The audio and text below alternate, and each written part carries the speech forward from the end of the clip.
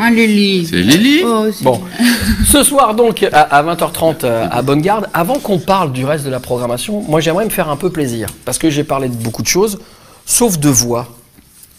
Oui. Dingo, depuis 1992. Ah bah oui, bah vous savez tout alors. On peut ou pas? Bon, ma mère est très fière de ce que je double quelquefois Malkovich, Ouais. mais les enfants sont très contents que je sois effectivement la voix de Dingo. Allez-y voir.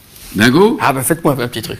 Bah, Dingo, il parle un peu comme un gros nono qu'il est. Alors, d'abord, s'il allait au théâtre comme ça serait pas drôle de l'avoir dans la salle parce qu'il a un rire qui est complètement bizarre un petit peu. Qu'il fait.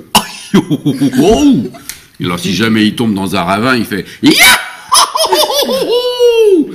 Voilà. Malkovich. Ah bah Malkovich, là, on en est loin. Malkovich, c'est la douceur, c'est l'intelligence, c'est la finesse, c'est un travail très très intéressant en tant que doubleur, parce qu'on voit à quel point ce type peut travailler ses personnages. C'est absolument exceptionnel. Ça fait combien d'années que vous faites du doublage? Mon Dieu, je sais pas, ça doit faire une petite trentaine d'années. Parce que ça n'a jamais réellement été mis en avant. Non, parce que d'abord je cherche pas à le mettre particulièrement en avant, mais disons que dans le métier, je suis un petit peu connu quand même comme acteur de doublage. Ouais. C'est-à-dire que dans le métier du doublage, oui, on me connaît. D'accord. Dans les cas difficiles, on fait appel à moi. Dans les cas désespérés. Aussi. Bon, vous faites partie maintenant des Simpsons depuis un certain temps. Comment? Vous êtes dans la série Les Simpsons aussi au niveau voix. Oui, mais pas depuis longtemps. Pas depuis longtemps.